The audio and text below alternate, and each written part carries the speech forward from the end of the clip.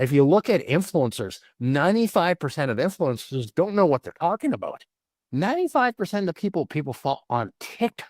People are taking investment advice from teenagers on TikTok or old people on TikTok and Instagram or whatever, and they're blindly following people.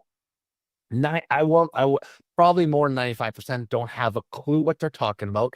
They're incentivized by companies to pump or shill. Shill is what they say in crypto when you promote a project, to shill projects. And 95% of them have never vetted the project. They just want the project to go up because they sell and people lose a ton of money.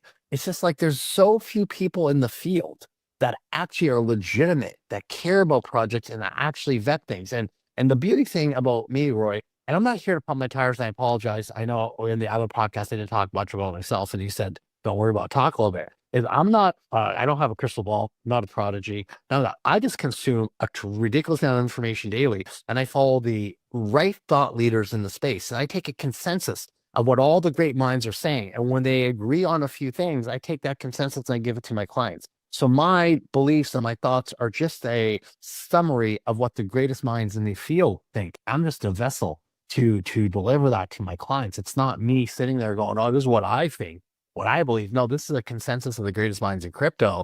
And that's why, most of the stuff that I teach and work with has been so successful because I follow the right people. And it's hard sifting through the right and the wrong, but there are some very good people in the space, and a majority of them aren't. And there's scammers and there's people out there to rob you and steal from you. And crypto's gotten a bad rap, but rightfully so, because anywhere there's a tremendous amount of money, it attracts bad people. I think we talked about this last week, like Vegas. When Vegas started in the 70s and gambling and this in the 80s, it was all fun. And then all of a sudden they're like, wait a second, there's a lot of money there. Then all the crime families and all the mob people just all move there. And then wherever there's money, there's bad people. And there's a ton of money in crypto. So,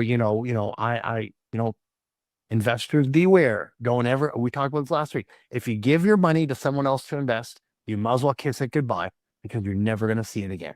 If somebody was successfully trading and investing crypto, it would make no sense that the whole world wasn't working with them. They wouldn't be asking you for your money. They would be so blown away if they had a positive track record.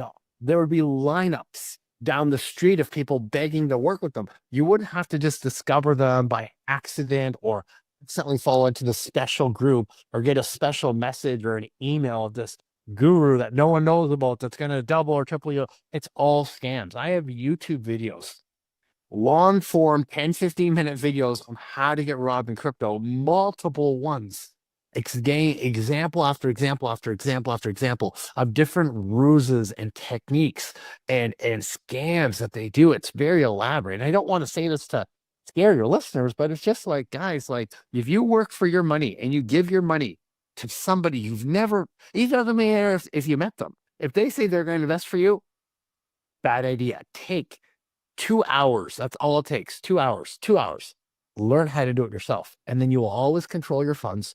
You never have to risk somebody else making a bad move or just leaving and taking all your funds. And I have clients. Sorry, I do consults with people. I've had consults because some of them couldn't afford to be my clients. It's very sad. Actually, it makes me sad, Roy, and I'm actually a little bit emotional about this.